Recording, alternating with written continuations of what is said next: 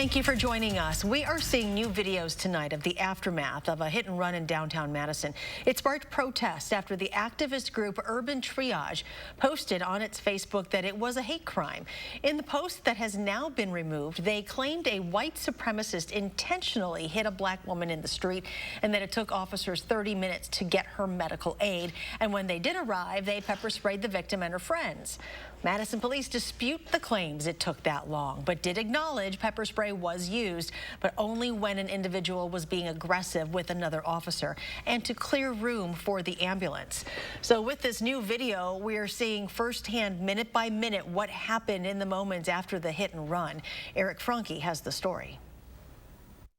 You can see a crowd swarms in the street on University Avenue right as this video starts. We can't see for sure, but we assume it's right after the woman was hit. About 2.5 minutes later, we see the first squad cars approach the scene. Police get out of their cars and start walking across University toward the crowd. Where's the person who got hit? They just ran over. We hear the officer ask where the woman is. A lot of crowd noise. And about 30 seconds later, we hear them start to ask the crowd to clear the area for the ambulance. Hey, everybody, clear the area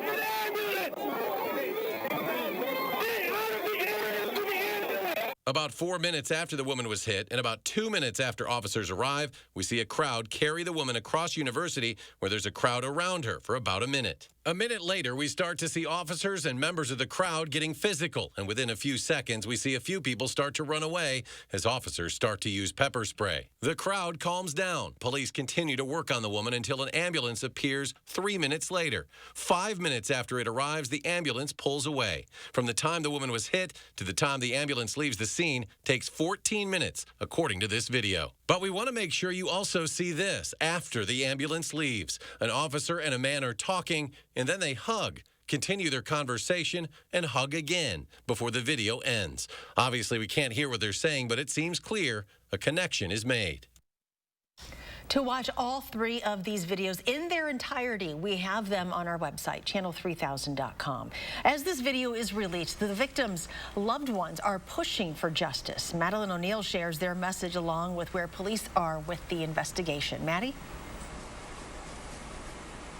Police tell me today that they have identified a person of interest who hasn't been named yet as they continue their investigation. I spoke with a childhood friend of the victim who says the victim is in pain today and he hopes the driver will be prosecuted to the fullest extent. I was infuriated.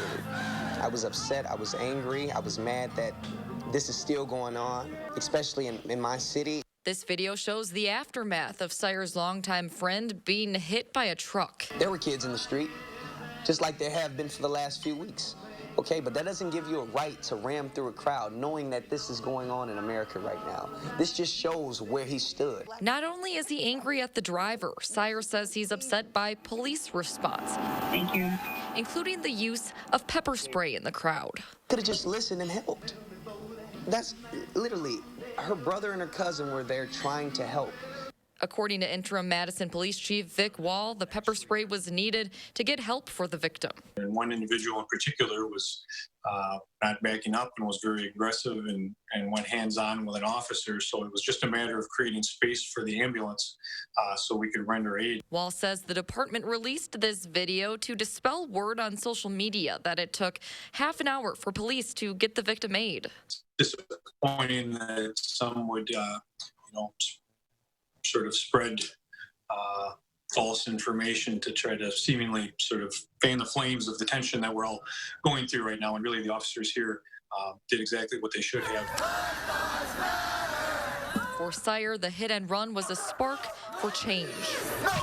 And as a community, we have to be the voices for her. So this won't happen again. Many have called this a hate crime online, so I asked Wall about that. He says that the legal definition of hate crime is narrow, so that can be hard to prove, but police are keeping their options open as they continue the investigation. There is a fundraiser to help with the hospital bills for the victim. We have that information on our website. Madeline O'Neill reporting tonight. Maddie, thank you.